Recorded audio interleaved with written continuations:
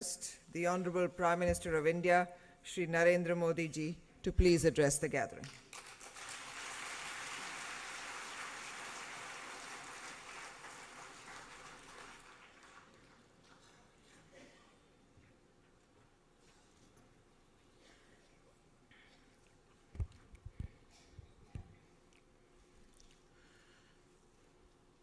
Cardinal George Allen Cherry, Archbishop Andrew Tadat, Archbishop Kuriakos Bharani Kulangara, Archbishop Anil Kutto, Sri Arun Jaitley, Dr. Najma ji, Sri P.J. Kurian ji,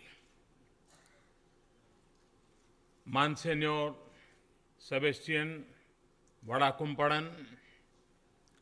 I am delighted to participate in this function to celebrate the elevation to sainthood of two great saints of Kerala, Saint Kuriakos Elias Chavra and Saint Euphrasia.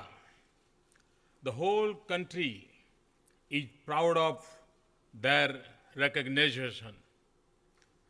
Their elevation was preceded by that of Saint Alphonsa, who also hailed from Kerala. The life and deeds of Saint Chavra and Saint Euphrasia are an inspiration not only to the Christian community but to humanity as a whole. They are shining examples of dedicated to God through selfless service for the betterment of mankind. Saint Chavra was a man of prayer and also a social reformer.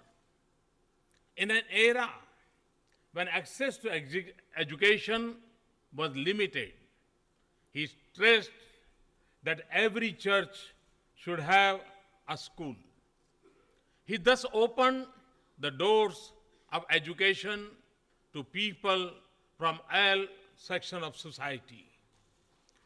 Few outside Kerala know that he started Sanskrit school and also a printing press at that time. His contribution towards women's empowerment was also noteworthy. Saint Euphrasia was a mystic who dedicated her life to prayer and devotion to God. Both these saints dedicated their life to God through service of fellow beings. The ancient Indian saying, Atmano mokshartham jagat hitaya cha. Welfare of the world is the way to moksha, explains their life. Friends, spiritualism is rooted in India's heritage. Indian saints and Greek sages had intellectual and spiritual exchanges thousands of years back. India's openness to new idea is manifest in the Rig Veda. Ano bhadraha kritavo yantu vishwataha. Let noble thoughts come to us from all sides. This philosophy has guided our intellectual discourse since time immemorial. Mother India gave birth to many religious and spiritual streams. Some of them have even traveled beyond Indian borders. The tradition of welcoming, respecting, and honoring all faiths is as old as India itself. As Swami Vivekananda said, we believe not only in universal tolerance, but we accept all religions as true. What Swami Vivekananda had said a century ago holds good and will forever, not only for this nation, but also for this government. Or, for the matter, any government in India run by any political party. This principle of equal respect and treatment for all faiths has been a part of India's ethos for thousands of years. And that is how it became integral to the Constitution of India. Our Constitution did not evolve in a vacuum. It has roots in the ancient cultural traditions of India. Gurudev Rabindranath Tagore had inspired us to dream of a land where the mind is without fear and the head is held high.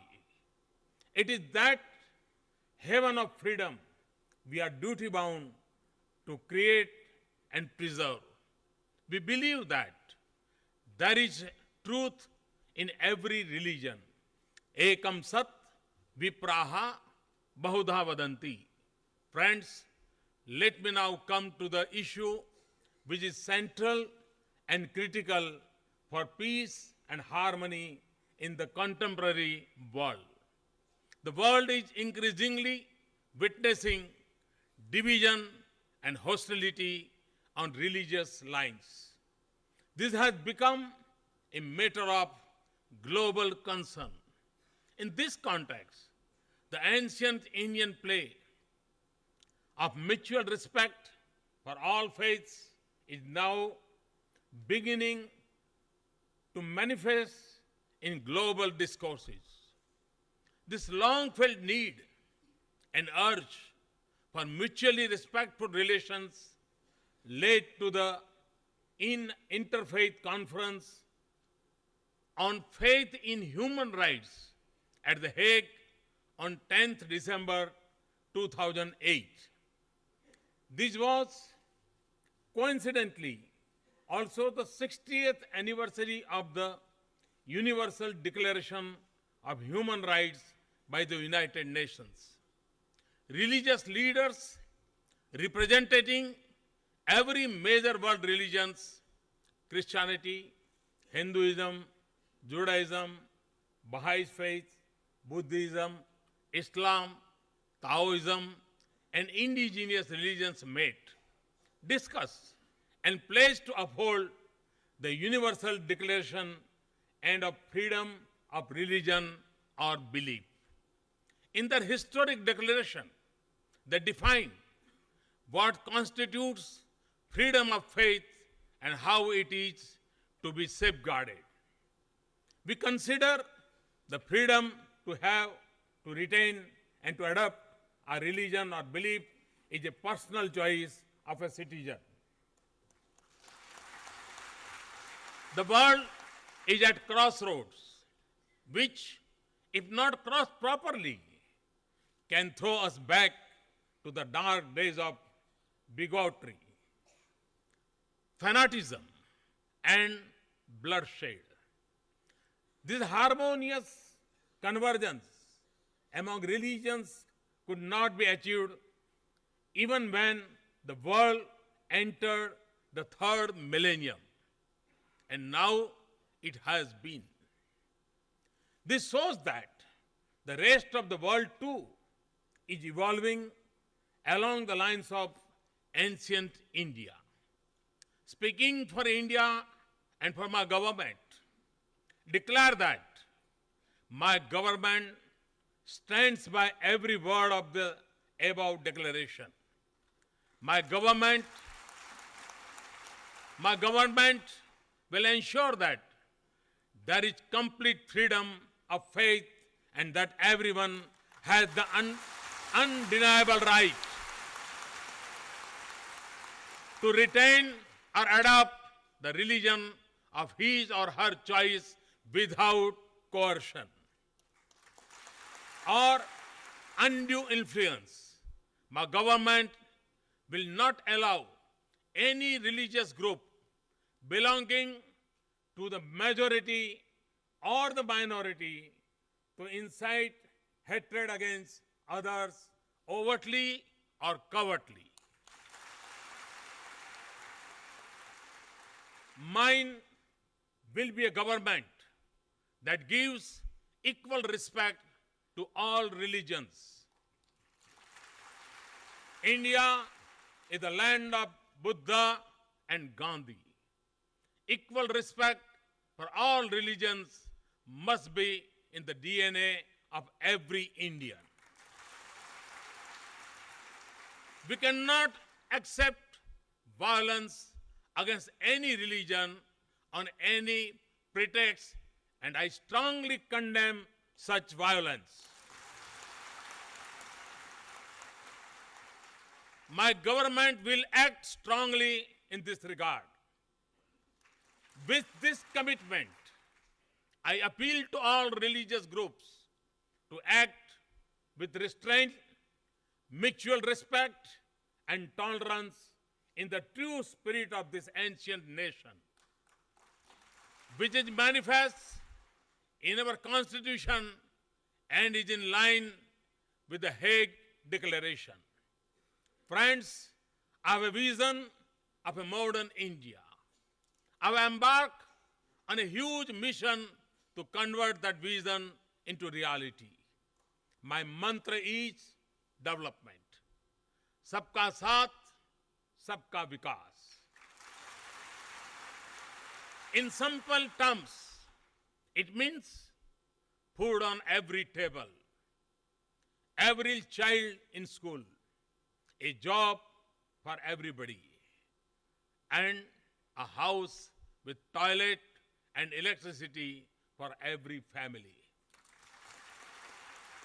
This will make India proud. We can achieve this through unity. Unity strengthens us. Division weakens us. I sincerely request all Indians and all of you present here to support me in this huge task. Let the elevation to sainthood of Saint Chavra and Saint Euphrasia and their noble deeds inspire us to maximize our inner strength, to use that strength for transforming society through selfless service, to fulfill our collective vision of a development and a modern India. Thank you very much. Thank you.